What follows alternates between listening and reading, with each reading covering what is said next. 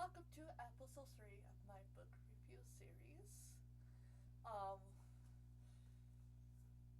this time it's going to be towards a science fiction and a historical fiction about a war against Britain. I don't know if you guys have any idea behind it.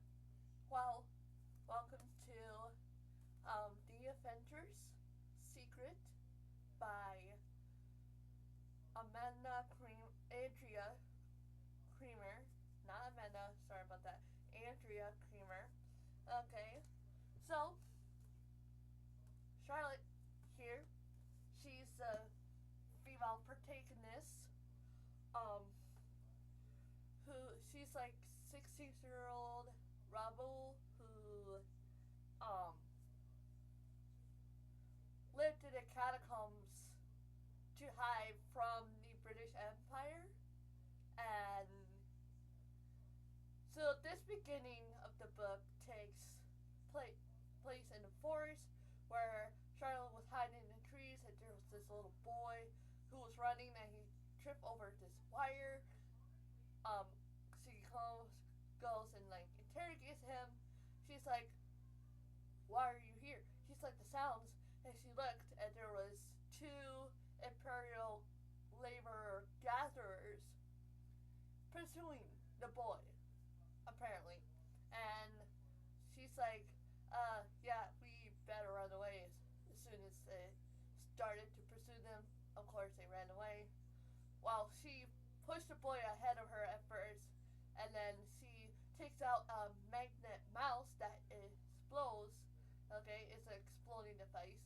She wound it, and then she set it down, and it pointed at the gatherer, and then it went, and then it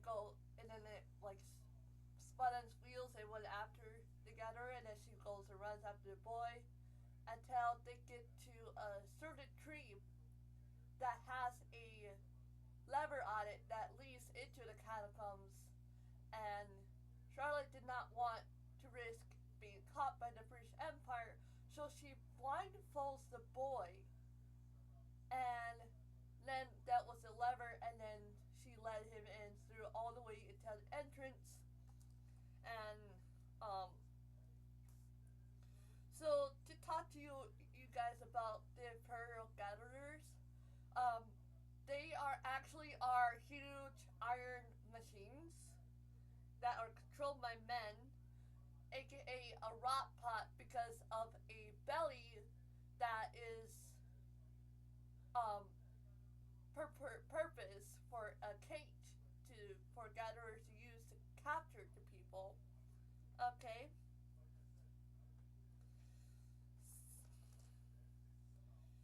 So to prevent the little boy from knowing where the entrance is and reporting it back to the entrance, which is why she blindfolded him and let him in. And that's when I got to meet three men after they entered through a cage-like elevator. So Ash, aka Ashley, that's Charlotte's brother. Birch is the twinker.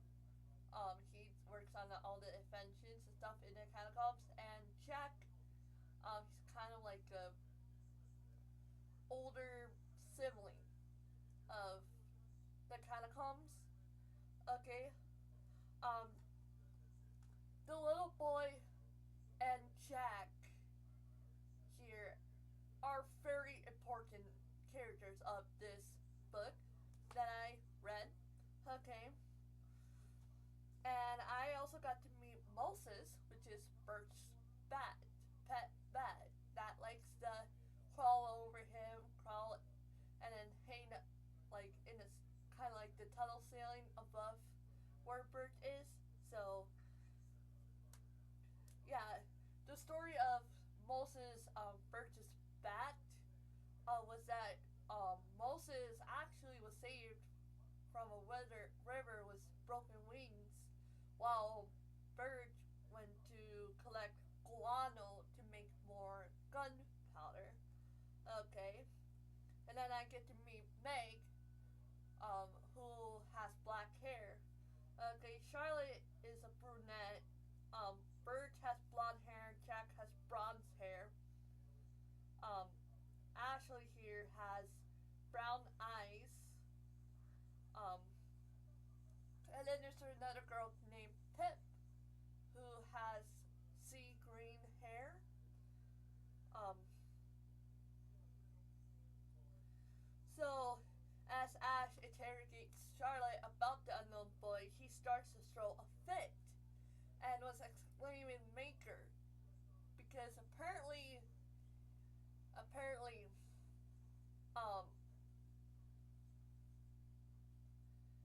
he was like around Birch, who was also the Inventor. That that should give you a hint later on because I'm gonna explain why he did that. Okay, and then so he kind of passed out, and then that's when Birch and Jack carried him to the infirmary so Meg could take care of him, and Ash took um, Charlotte to the refectory, which serves as a dining table and a meeting room. Alright? So, just like Charlotte said earlier, she explained that the rot pots were after the boy. That's why she saved him.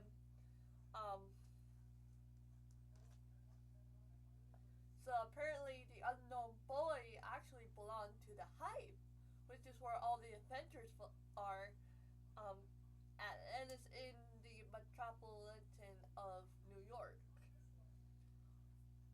And so when the unknown boy broke down, right, he was mimicking a seizure, and as he was saying Maker, like he was possessed by a demon. So that's how I describe it. Okay. So yeah, Charlotte did want to join with the unknown boy, but Ash wanted to discuss the boy with her. And as Ash and Charlotte were discussing about the boy, that's when Birch interrupted them, and he's like, "Oh hey, to let you know, he's awake again, and he seems harmless." And they were also discussing about the scavenging hunt for metal and tool parts. Um, and he's like, it's kind of too dangerous out there. He's like, "Don't worry, I got my gun here, Pocky." Um, that's what she likes to call it, Pocky. And because it was like the best gun that Charlotte has ever had in her life. And then Bert's like, he's like, "I'm gonna go to the workshop to prepare the Pisces." Right? So he goes there. Then that's when Charlotte slips to her room, and that's when I learned that she has a very unique design of a wardrobe closet, if you know what I mean. So it was like, it's designed as like a huge musical box, and it was gifted to her on her 16th birthday by the older people in the room. Okay, the music was from E.T.A. Hoffman's Quintet for Harp. Um, but here's when Jack gets kind of interesting though. But when Jack first arrived, he had on New York's foundry labor clothing. Okay, and at first, Jack and Charlotte did not actually get along at first. Okay, they would fight and fight until it like came to a lot of shouting, and it came to the point where both of them wanted each other out of the catacombs, right? Well, Ashley, her brother, okay, yep, Ashley's a man. He's like, "Both of you get along or you'll share a room permanently. And that's when it turned to teasing and mock assaulting each other. Okay. And then later on, Jack goes to Charlotte to give her a music box as a peace offering. And Charlotte was wanting to decline it. He's like, I tried to sell it at the black market, but it failed. So here you go. Here's my peace offering to you. This song was called Moonlight Sonata by Beethoven. If you heard of Beethoven, he did Moonlight Sonata. So, and then in the present time, as Charlotte goes and gets ready in her room to go to bed, okay, as soon as she starts undressing herself, Jack walks in on her and scares the shit out of her. And she's like, turns around like, what the heck are you doing here? Get out. He's like, no, I like to see what I'm seeing. Okay. And he tells her that Ash sent Jack to go get her because they wanted her help with the boy that she saved, right? And then Ash came because Jack did not return right away and was taking too long, and he got a little bit irritated when Jack was standing there staring at Charlotte as she was undressing herself. But which is true, because if she was needed, why would she get undressed in the first place? Am I right? So yeah, they reminded each other of the plan of going to find metal loot at the heap. As soon as Ash left, she went and redressed right away, and then went to the workshop to discuss with Meg about Grave, which is his temporary name. Okay. Then they had a little discussion. They're like, what's going on with you, Grave? Why are you pale like that? Well, Charlotte then goes and leaves Grave to help him rest. There was a drink that Meg wanted him to have, but he's like, I don't want it. It smells odd.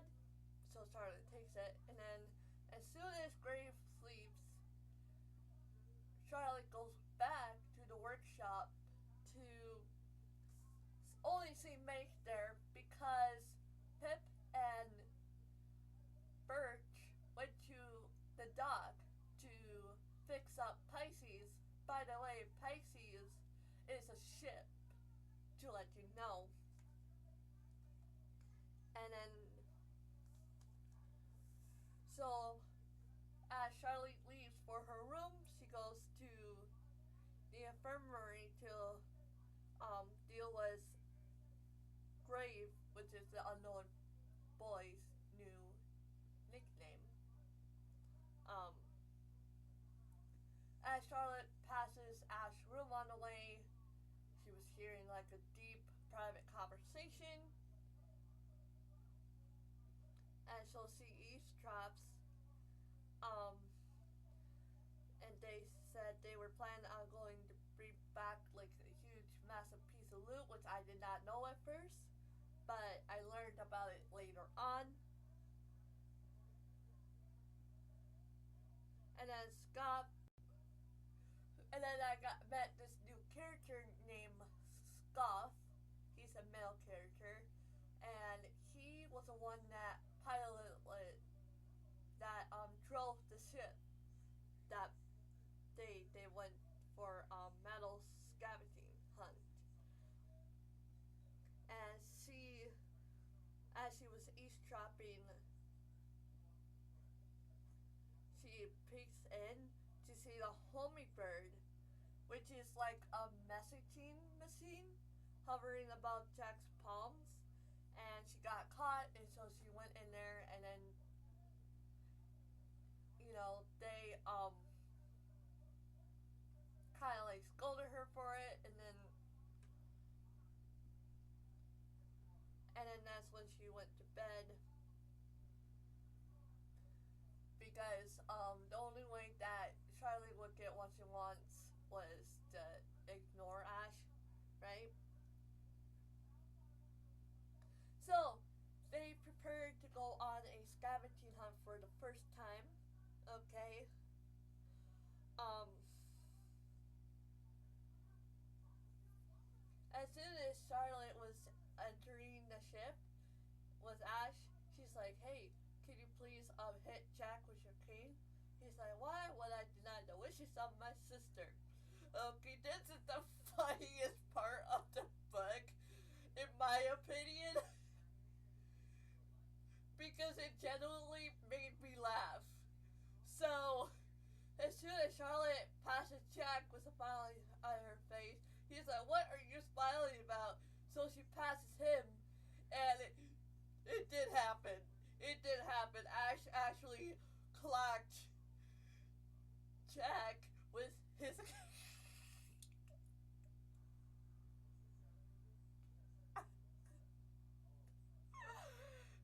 That was just amazing.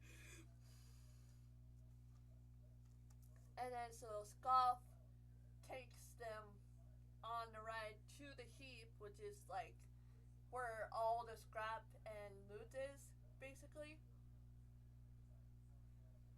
So they basically got whatever tools they needed, and they got like two. Ash and Charlotte both had two big bags of loot that they needed for the catacombs. As soon as they were about to leave, Jack proclaimed that he found whatever he was looking for and wanted some more time, so he left for it. And then that's when Ash purposefully draws blood to attract the mice that belong there. Big mistake there, Ash. And so Charlotte ends up getting her pocket gun ready, and that's when they started to race for the ship, and as leaner ahead of her, Charlotte was shooting at the mice, metal mice, which is big as collies, border collies, instead of like big size of cat. Now they're big as collies. Okay.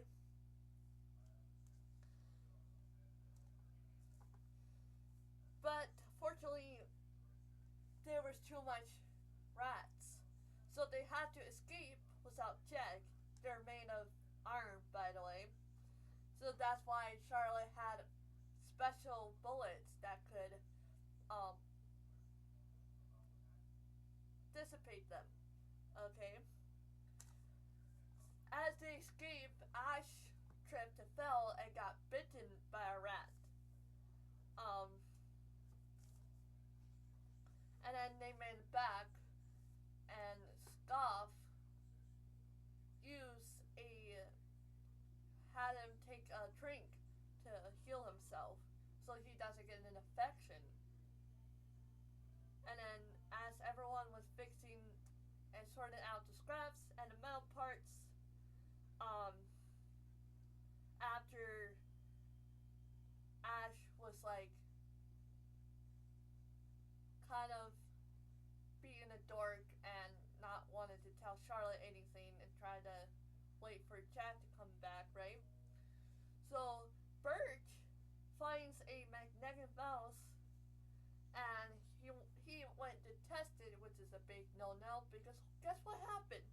As soon as he wound the rat, it latches itself onto Greg and got on Graves' chest, and it caused everyone confusion, and then he was forced into a prison cage the next moment after that. So as Charlotte goes to find Graves' cage in the tunnels, um, she ended up hiding because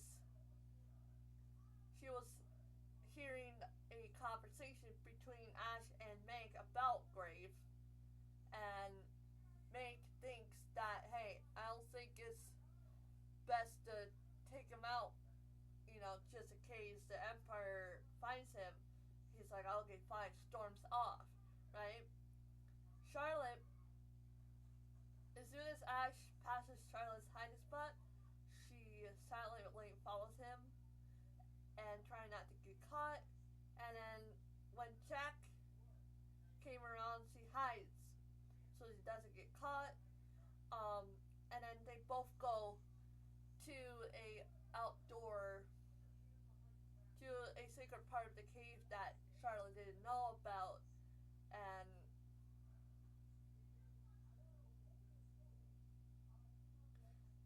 she followed him to a huge cave spot where there is a dragonfly in the middle of it, which is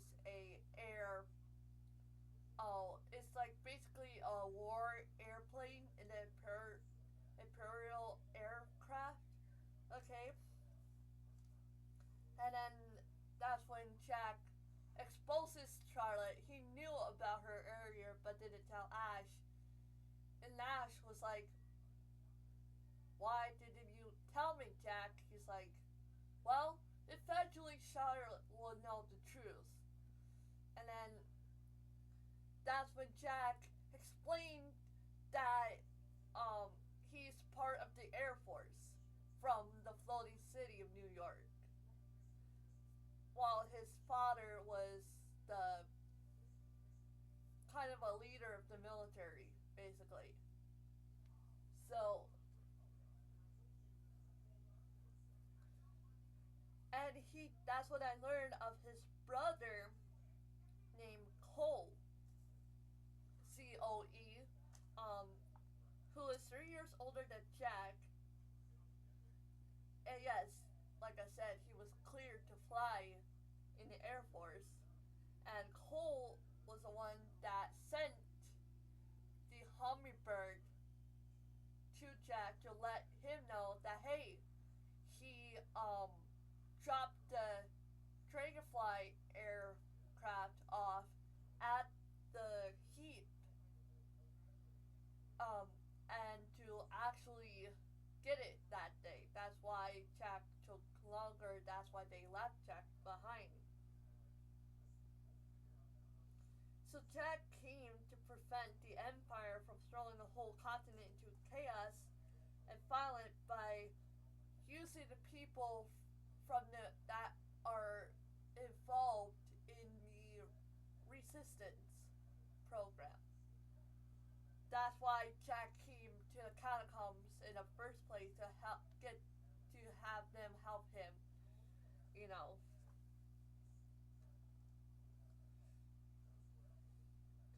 And that's when everyone was like planning out how the trip was gonna go. So Charlotte, Jack, Meg, Graves, and Ash, all five of these people, they took a trip from the Catacombs to the HMCS Hector, which is a big airship. That's what it is. To get information about the Lord and Lady Odd, about what Empire's really doing, which is freaking corrupt. Okay? And so, Charlotte, even though she was normally independent, she passed on as Lady Charlotte Marshall from Bermuda. And Jack posed as Lieutenant Chet Winters, which is true, because he is lieutenant from the Air Force military. And the first dinner that they have, Charlotte wore a lavender gown that kind of like exposed her here, so it's kind of like this basically, but it's like exposed part of her chest. You know what I mean? And as soon as they went to dinner, there was like 5 courses, including dessert and fruit, cheese afterwards. And so Lord Ott and Lady Ott had their talk with Jack, and she was hearing the people cheering because they were making it to New York. So, um, Charlotte and Jack and them went out to join the people, and um, that's when Jack went back with them to discuss more about the Empire and their plans.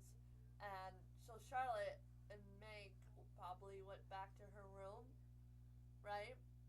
Well, at this point, Jack, I think this is when Jack leads Charlotte to like the top dock of the ship to let her see like the stars and stuff like that, which is freaking beautiful. And yeah, and that's when they kind of got a little bit intimate, and Charlotte asked him if he wanted to kiss her. He's like, yes, I want to, but I can't. And something happened as far as I remember. Oh yeah, Jack was oh yeah, they had to leave right away because they let him know that the dock was about to be occupied again by the people up there. And so he's like, okay, let's go. And then as soon as they came down there, Charlotte was frustrated, and Jack's like, stop, please, let me lead you to your room. And that's when they went to the room, and Ash was there, and he helped Charlotte out. He's like, we're gonna go to Jack's house tomorrow. And so yeah, all of them went on a carriage to Jack's mansion. And that's when I met his mom for the first time, Lady Winter, of course. And apparently Lady Winter has a mental illness and is very depressed. So she sits in the garden and was crying a lot because her husband, aka Jack's dad, was always traveling and not being there for his lovely wife. So as soon as Jack and Charlotte went to meet Jack's mom turns to him and is like, you brought Eleanor? Did you? He's like, no. This is Lady Charlotte Marshall of Bermuda. She's like, oh. And then she goes and sits in the bench and went to sleep. And Jack and Charlotte ends up having tea in the lobby instead. And that's when he leads Charlotte up to her room for the night, and she slept there.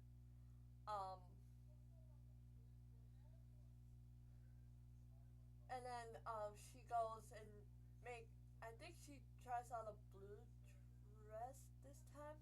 Yeah, and they went to the fair to investigate why Grafe was stricken and pale-faced and couldn't have his memory, right? So they went to the fair into a tent where Meg's mom was, actually. And as soon as Meg's mom touches Grave, she's like, something's wrong. I can't find what's wrong with him. Okay, so she suggested that they meet the sisters at the Athene and Hephaestus temples. Hephaestus, I think that's how you pronounce it. Yeah, she suggests that they meet at the sister's temple, right? And then suddenly this raid happens at the fair, and everyone was running, causing Grave to get scared, so he runs away. And Charlotte's like, "No, Grave, get back here!" And then she had to run away from Jack and Ash to try to get Grave, but he was missing. And as she ran along, lots of a few labor gatherers were like stuffed with people in their bellies, caged bellies, like I told you earlier, right? And so, as soon as it was done, Charlotte makes her way back to the tent that she came to the first time. And that's when she met Jack's brother the first time. His name was Cole, by the way, yes, like I told you. But he's actually Commodore of the Air Force. So that's when she bumped into Cole, Lynette, which is Jack's half sister, and Lord Ott. And that's when Cole takes Charlotte back to the Winter Mansion. And the reason that um, Jack was there, but Cole was not, and then either Cole was there or Jack is not there, is to prevent a raid like the Empire from knowing what was going on in their secret meetings in the resistance against the Empire. And as soon as they got home, Charlotte's like, "I had a long night, I'm gonna go to sleep." And Ash and Jack were there, and they, you know, scolded each other a little bit. So Charlotte goes upstairs, and you know, she had a little discussion with Meg. Meg leaves, and Jack comes in and actually kissed Charlotte the first time. He kissed Charlotte for the first time, and a few times actually, and then he's like, "I want to," and I'm going to keep my promise on that, because when Jack went to his meeting, had he tries to end his engagement with Lady Eleanor Stewart, which I'm going to tell you here in a second. Okay, as soon as Jack leaves, Cole comes in while she was sleeping and lays a red dress on the bed and said, "Hey, I don't mean to tell you this, but plans have changed. You're gonna have to go to the military ball, which is tonight, instead of the planned date." She's like, "Oh, okay." Well, as soon as Commodore Cole leaves, Charlotte hurries up and had to dress herself in a gown and her hair because Meg wasn't there at the time. As soon as she came downstairs to meet with Cole, he takes her to a carriage, and that's when they went off to the palace. And so they were like kind of on like a balcony of the ballroom, and there's like a stairs that leads into it, if you know what I mean. Well, as they were going down the stairs, a announcer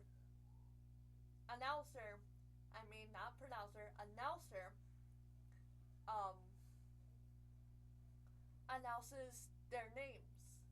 Okay, and that's when the announcer announces Jack and Eleanor. And as soon as Jack and Eleanor came down, they looked at Charlotte, and Jack's like, "Really, Cole? Why would you do that?" Like, seemingly upset with him, and and Charlotte was wanting to get out of there, but Lady Ott reassured her that, hey, everything's gonna be okay. Well, that's when Charlotte ends up leaving, and with Lennet, of course, and Lennet, like, tells her that the only reason that Cole did that was because he wanted Charlotte for himself, right? So that's the next morning. Ash, Grave, Cole, and Meg and Charlotte, they came to the temple, and that's when I found out that so Elena led them in the temple, by the way, led Charlotte, Meg, and Grave into the temple because um you can't have men in the temple unless um unless you have specific permission, which is of course to help Grave out with his situation. And that's when I found out that Princess Rosemary was his mother, and swore that Grave was dead. And his real name is Timothy, actually, instead of Grave. So now I'm going to be calling him Timothy for now, even despite the rest of the book calling him Grave still, right? And she's like, hey, you know, his father's real name is Hackett Bromley, and he works at the Hive, which is why Timothy wore Hive clothing the day he went to the Catacombs. And so, as soon as they went out, Cole leaves them to the Hive, and at first they struggled because the leader of the Hive was like, sorry, you'll just have to find him, okay? And they led him to a piece of paper he pointed out of the names of the Hive workers and their ID numbers, and they finally convinced the boss that to give out Hackett Bromley's location in the Hive. So they went upstairs a little bit and found I think it's in room number 4. Yeah. They went in room number 4, and Cole used his booming voice to get all the detection, and he's like, who is Hackett Bromley? He's like, oh, hey, it's me, I'm coming. So he comes to Cole, and he's like, do you recognize this little boy? He's like, then he decides to start running away from them, and all of the people that went with Cole ran after him, and Grave was the only one that caught up with Bromley because apparently he's stronger than all of them. Okay? And he got his old dad, actually. Hackett Bromley is actually Grave's dad. And so he got his dad, and he was pressed against the wall. Cole's like, hey, I'm not here to hurt you, I'm just here to investigate why Grave is the way he is. He's like, okay, let's go to my house then, which is also in the Hive. And so he goes into his house, right? And that's when I discovered that poor Grave, aka Timothy, was born with a fatal illness that caused him his death. And Hackett Bromley used the Book of the Dead to rebuild Grave into a machine. That's why was ash stricken on his skin. So yes, Grave is actually dead person, but reanimated into a machine. That's the whole truth. And of this book, in this book actually. But he said the only reason that I hid the grave in the woods is to prevent the Empire from forcing Hackett to repurpose what he's done for a large army and a stronger army, if that makes sense. And so, to end the book, they came back to Winter House to leave to protect Grave from getting caught by the Empire, okay? And so Meg decides to join the Sisters' Temple because Meg discovered that she has a psychic ability like her mom had. So she decides to join the cult of Ashen and Habitatus. And Ash was like, no, please don't. Well, earlier on, Meg discussed with Charlotte about her mom, her family being in slavery, and her father was in, I think her father went to the hive, I think, and her mom joined the temple, right? And Meg had to run off somewhere at one point, and she came back, and so that's why she joined the temple. And Ash went to Charlotte. It's like, hey, since Meg's leaving, I'm gonna be leaving with Jack too because there's a war going on, and we're gonna go to New Orleans to debut in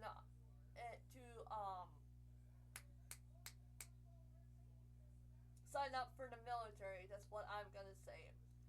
And so they left. So they left too, and it's Charlotte, Lynette, and Cole, and Lord Ott. So Lord Ott and Grave too.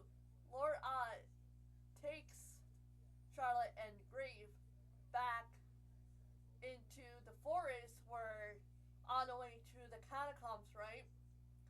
Well, they waited on shore at the midpoint while the Pisces ship glided his way through, right? Well, as Charlotte and Grave meets up with Pip and Scoff, right?